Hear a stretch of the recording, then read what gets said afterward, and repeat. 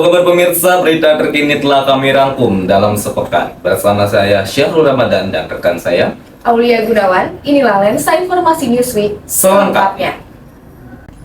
Berita pertama datang dari dunia hukum di tanah air. Seorang polisi wanita atau yang dikenal dengan Polwan diduga membakar suaminya hidup-hidup. Motif dari tindakan brutal ini diduga karena sang suami kecanduan judi online. Menteri Komunikasi dan Informatika atau Menkominfo, Budi Aris Setiadi menanggapi kasus ini. Ia sambil bercanda mengatakan bahwa perempuan lebih kejam dari laki-laki saat membicarakan kasus tersebut. Sebelumnya, Wakil Ketua Komisi 1 DPR RI Abdul Haris Almasyari lebih dulu mengukit kasus Polwan di Mojokerto itu dalam rapat dengan Budi Aris.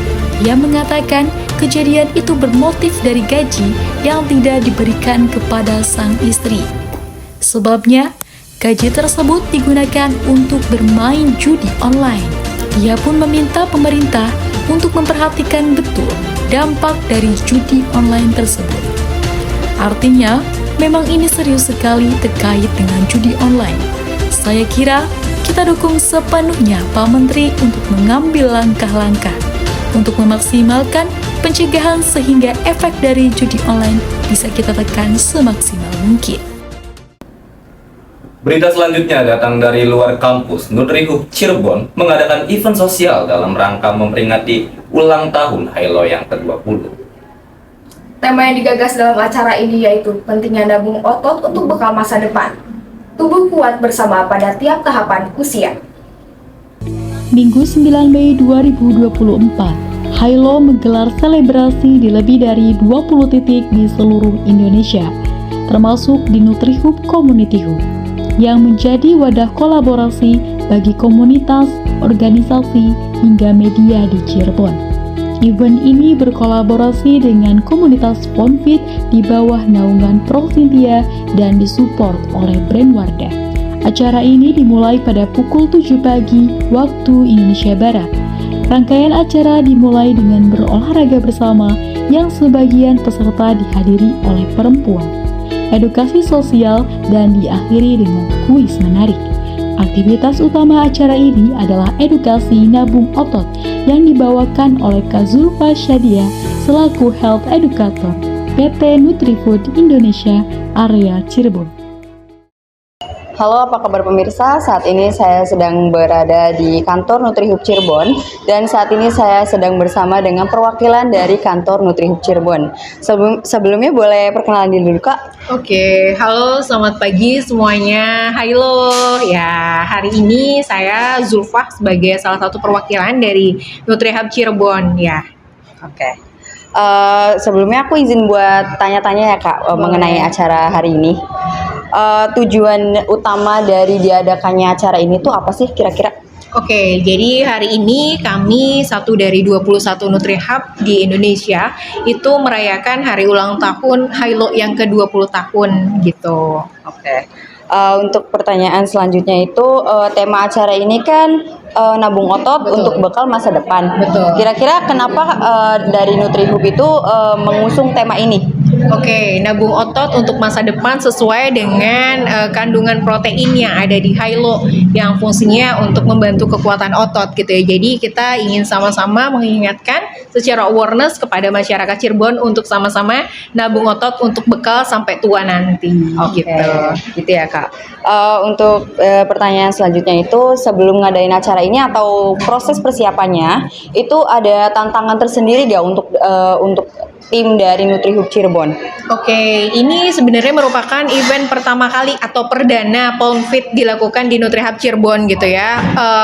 Di sini antusiasmenya cukup oke gitu ya, dimana memang pada saat hari pertama kita open registrasi itu hari itu juga langsung habis gitu ya untuk pendaftarannya gitu, karena memang secara kapasitas tempat juga kita memadai hanya untuk maksimal di kuota 30 orang gitu ya. Jadi di satu hari pertama kita udah langsung habis aja gitu untuk space kuotanya gitu sih. Keren ya berarti ya. Oke, untuk pertanyaan terakhir, ada gak sih harapan kakak untuk acara ini atau acara selanjutnya gitu? Oke, jadi dengan adanya acara hari ini harapannya memang kami dari Hilo ingin bersama-sama meningkatkan kesadaran orang-orang yang ada di sekitar Nutrihub Cirebon khususnya gitu ya, masyarakat Cirebon pada umumnya untuk bisa nabung otot, untuk bisa melakukan aktivitas fisik, untuk juga bisa asupan kalsium dan juga proteinnya terpenuhi dengan mengkonsumsi Hilo tentunya gitu. Oke, terima kasih ya Kak atas jawabannya dan untuk wawancaranya saya berterima kasih banget dari tim juga. Oke, sekian dari saya dan terima kasih. Oke. Berita selanjutnya datang dari dalam kampus. PMB UGJ melakukan sebuah kunjungan ke Subang, Jawa Barat. Acara ini dilakukan dalam rangka penyebaran informasi bagi masyarakat Subang dan diharapkan dapat mendukung dan membantu semangat serta potensi para pelajar Subang dalam meraih impian masa depan. Kegiatan ini tidak hanya menjadi ajang informasi bagi calon mahasiswa, tetapi juga membuktikan betapa besar semangat dan potensi para pelajar Subang dalam mengejar pendidikan tinggi dengan berbagai program unggulan dan fasilitas yang ditawarkan. Mereka berharap dapat mendukung setiap langkah Anda untuk menuju masa depan yang cerah. Berita selanjutnya datang dari luar kampus. Menteri Keuangan Sri Mulyani Indrawati menjelaskan secara gamblang soal polemik tabungan perumahan rakyat atau TAPERA. Potongan TAPERA yang dikeluhkan masyarakat dan pengusaha yakni sebesar 2,5% dari gaji dan 0,5% ditanggung pemberi kerja. Anggota DPD Kasista Arwi Katmandu mengatakan bahwa kebijakan TAPERA itu sangat membebani masyarakat karena mengurangi pendapatan akibat banyaknya pemotongan gaji. Sri Mulyani yang menjabat sebagai anggota Komite BP TAPERA mengakui bahwa memang pendapatan masyarakat sudah banyak terkena potongan seperti pajak. Namun, ia menegaskan bahwa kebijakan itu untuk mempermudah masyarakat untuk membeli rumah, karena APBN juga termasuk dalam program tersebut. Sri Mulyani juga mengakui diperlukan kebijakan khusus agar harga rumah di Indonesia tidak semakin naik hingga semakin sulit dibeli. Selain itu, jenis rumah bagi masyarakat berpenghasilan rendah atau MBR semakin tinggi.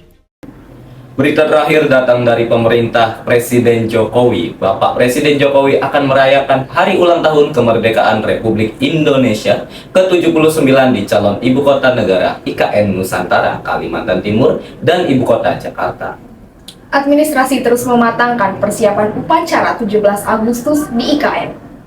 Setelah rapat persiapan bersama Bapak Presiden Jokowi dan sejumlah menteri lainnya di Istana Kepresidenan Jakarta pada Senin 10 Juni 2024, Menteri Koordinator Bidang Pembangunan Manusia dan Kebudayaan Muhadjir Effendi menyampaikan skema HUT RI ke-79 yang akan diselenggarakan di Ibu Kota Nusantara. Sebelumnya, Bapak Presiden Jokowi mengklaim bahwa persiapan upacara HUT kemerdekaan RI ke-79 di Ibu Kota Nusantara hampir rampung. Hal itu diungkapkan Kepala Negara pada Rabu, 5 Juni 2024. Meski demikian, usai meninjau langsung lokasi di Penajam Pasar Utara, Provinsi Kalimantan Timur, pihak istana belum mengumumkan secara spesifik mengenai sejumlah unsur yang akan mengisi rangkaian perayaan upacara kemerdekaan RI di Ibu Kota Nusantara.